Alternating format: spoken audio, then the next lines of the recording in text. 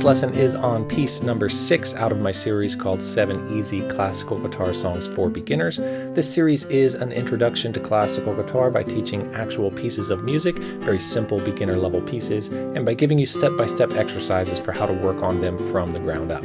To get the most out of this series, I encourage you to start from part 1. There's a link in the description to a playlist of all the videos and all the pieces in this series. Each piece features a different technique, training, and element of expression needed to bring the music alive, which you can then apply to any other piece of music. And I also do a harmonic analysis on each piece. If you're wanting an introduction to classical guitar with some easy, playable, and enjoyable pieces to walk away with, then you're in the right place. You can download the sheet music and the classical guitar tabs for all the pieces in this series for free. They're inside my solo guitar arrangement pack. Just click on the link in the top of the description to get that, or go to soundguitarlessons.com/moon to download my arrangement pack for free. In this lesson, I'll teach you the 6th piece out of 7 in this series, and we will talk about how to take advantage of staccato and legato, when and why to use it in this particular piece, and this will help us be more expressive with it. Let's get into the lesson. Here's a little outline of everything we're going to cover. First, I will perform the piece completely so you can hear what it sounds like. Then we'll talk about any information we need to point out about the sheet music. Then we will get into our exercises. We have 9 simple exercises to work on this, kind of break it apart, work on it from the ground up, and piece it back together to play it very accurately. Then we're going to talk about our element of expression for this video, which is staccato and legato, when to use which one and why, and my preference for how to use it in this particular piece. Then we'll go to a bonus tip, and this is on how to treat repeated portions of music when there are repeat signs, which are so common. Then we'll do a harmonic analysis of the piece, and at the very end I'll do a slow demonstration of the whole thing intended for you to practice along with, so you can work towards playing it along with me, which is a great goal to have if you want to play this piece of music. Don't forget to download the sheet music for free with the link in the top of the description if you want to practice this and follow along. This piece is just titled Waltz, which is very common that pieces were titled based on types of dances. And so this is just called Waltz. It's by Ferdinando Carulli, the late classical, early romantic era guitarist and composer. And here is my demonstration of the piece.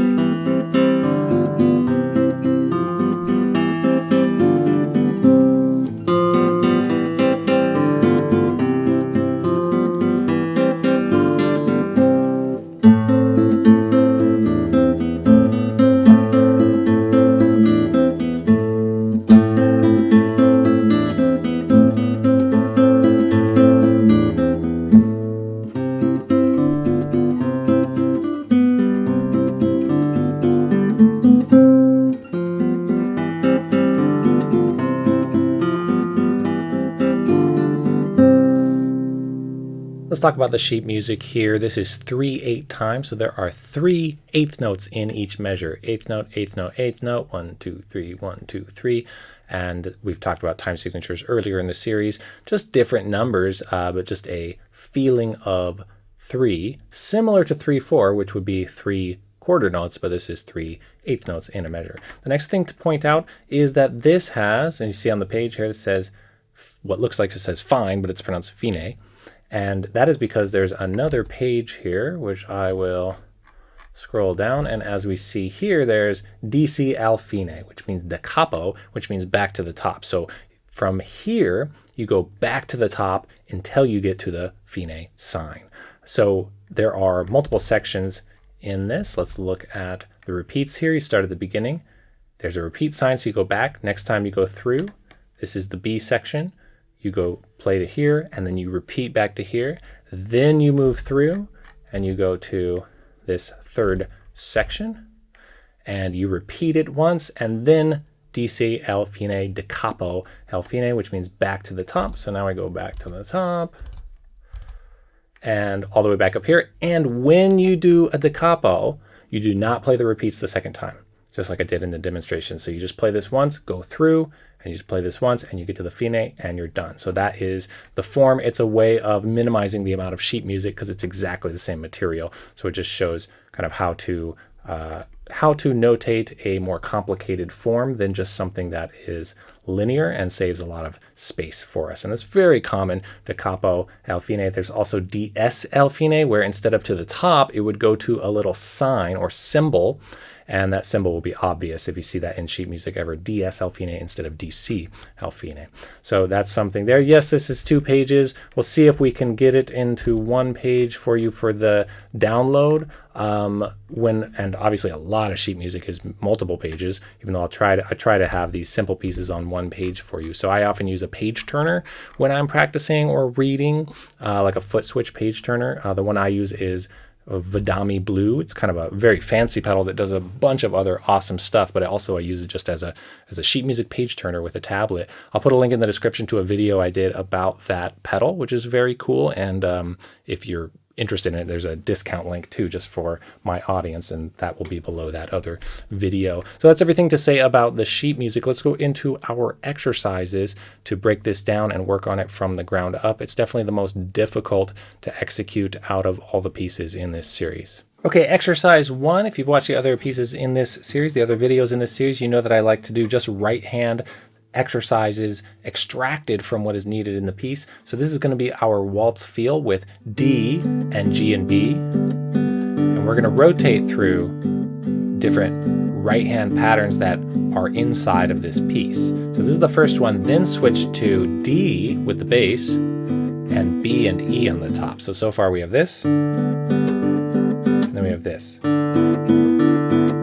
And then go to A, B, and E, strings 5, 2, and 1, and then D, B, and E again. So the exercise total is this.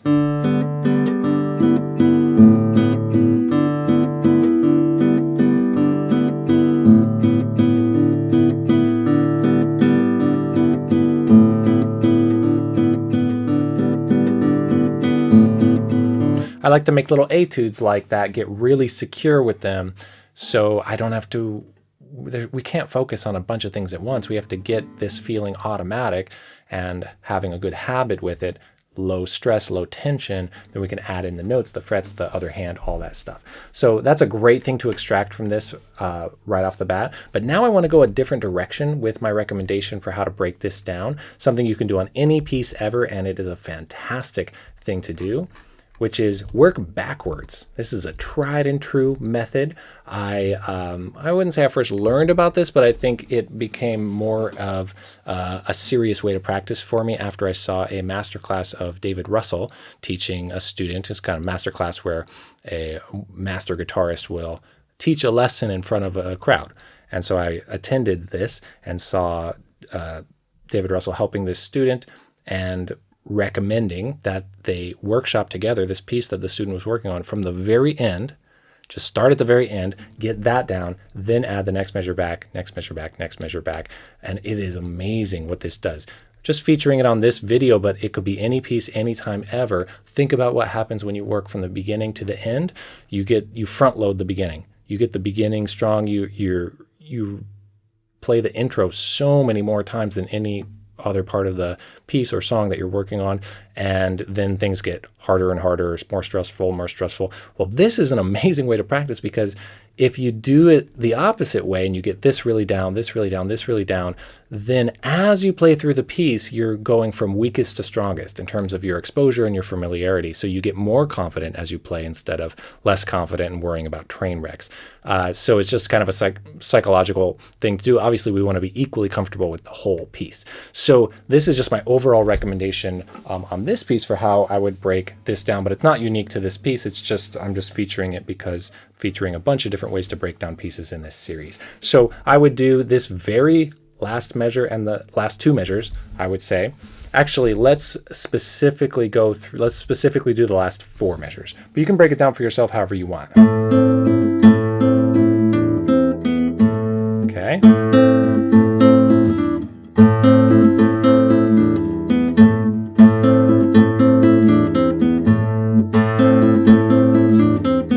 So I'm kind of, warming back up into it, just that little isolated moment. I would put some guitar picks in front of me or coins or something like that, and I would play through.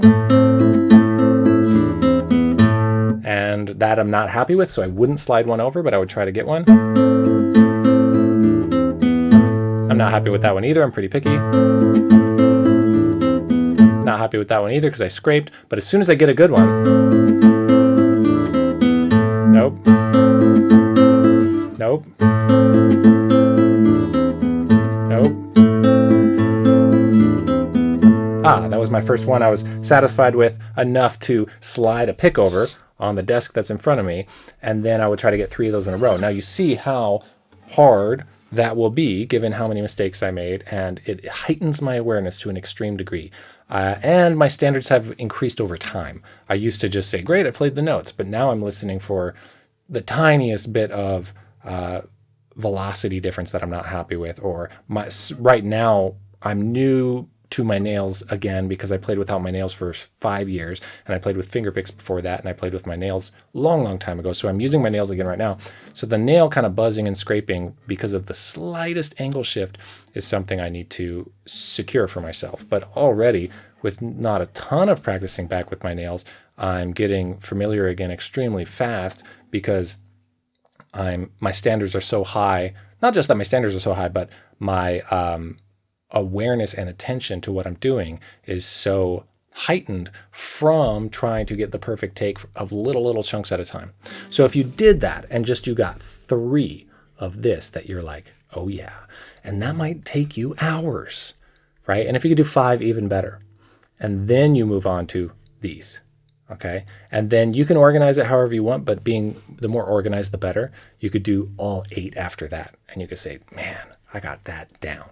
And then you move on to the other stuff, etc., etc. So that's my recommendation for you, just exposure to that idea and that concept. And I hope that was helpful too, to see me try to do it a little bit and make all those mistakes and say, no, didn't like that. Nope, didn't like that. Nope, didn't like that. And I really have no qualms with, I really don't. Any piece of music, however it's quote unquote supposed to be easy or it doesn't matter.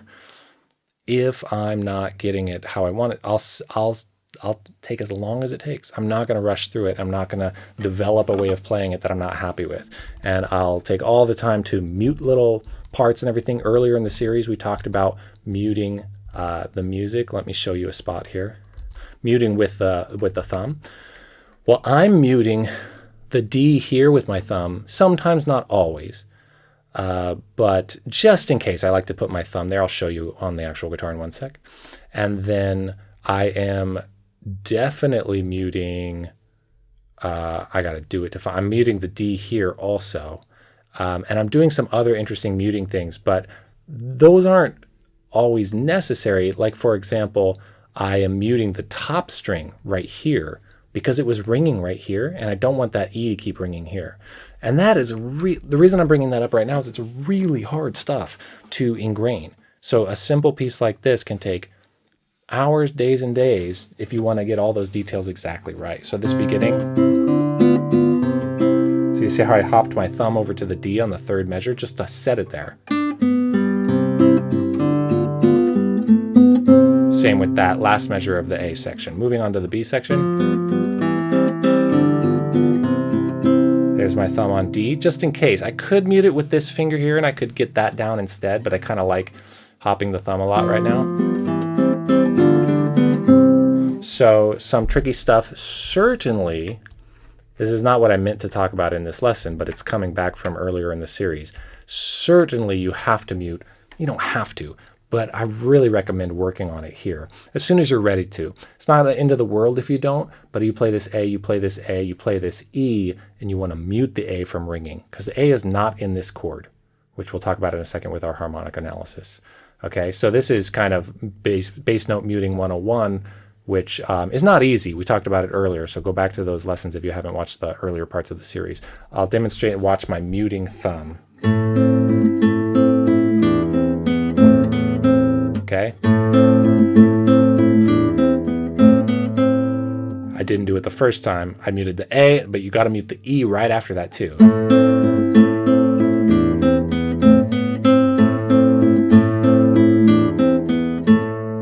A lot of hopping around, very weird, but just like anything else, at first it might feel impossible or hard or weird, and as soon as you're just doing it, it'll feel like, no, this is easy. It's what I do. It's normal.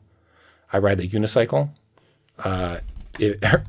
My early videos for a whole year, I had a unicycle in the background, and people always said, "Can you ride the unicycle?" I rode the unicycle since I was like 5 years old. I still ride it. And when I ride around, people say, "Is that hard?" They always say, "Is that hard to do?" It's like, well, not anymore, not right now. It's easy. I'm just riding it. But of course, getting used to it, riding it, starting it, learning it is hard, just like everything. So let's move on to our element of expression, staccato and legato, and we'll move through and get to our harmonic analysis and everything. Here's the next section. Okay, staccato means short. Legato means long and connected. Legato means connected. So it's relevant here because with the waltz feel, we have this bass, low, high, high, low, high, high. And the middle high one, I like to have it be a little short.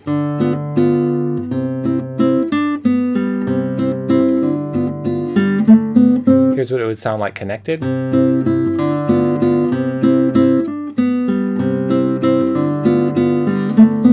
Very different, right? Here's the B section legato. Here's the B section staccato. Just the middle one. So the middle beat of the measure. So here in the B section, that one right there only. The shortness of it. And the way I'm making it short is with the right hand. So back to this measure right here. I'm just planting early. Going back to the strings.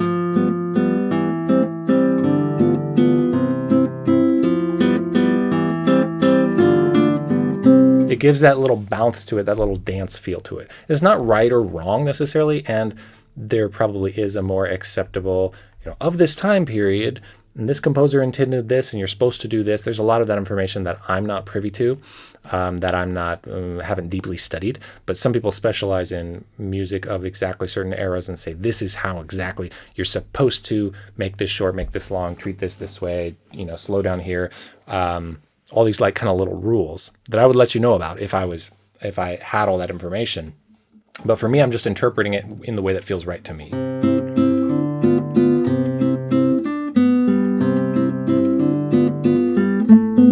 Rather than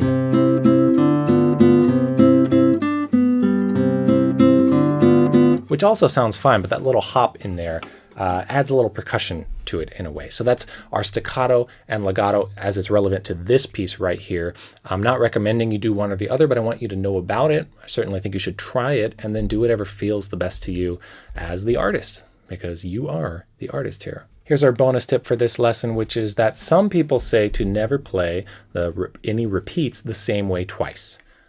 I will do it sometimes, but I keep that in mind a lot. Is there a repeat of an exact section? Repeat. This is repeat. That third section is repeated. How are you going to treat this the second time that's different than the first time? The easy, obvious thing that I use a lot, that I've used here and in the previous lesson, is timbre. Dolce and Ponticello, I'll make it brighter the second time. You can make it louder the second time. You can flex the time a little bit one time or another if it feels right to you, or if you're worried about it being stylistically appropriate, maybe if it's more of a romantic era piece. We're going to talk about that in the next lesson in this series, kind of flexing the time a little bit.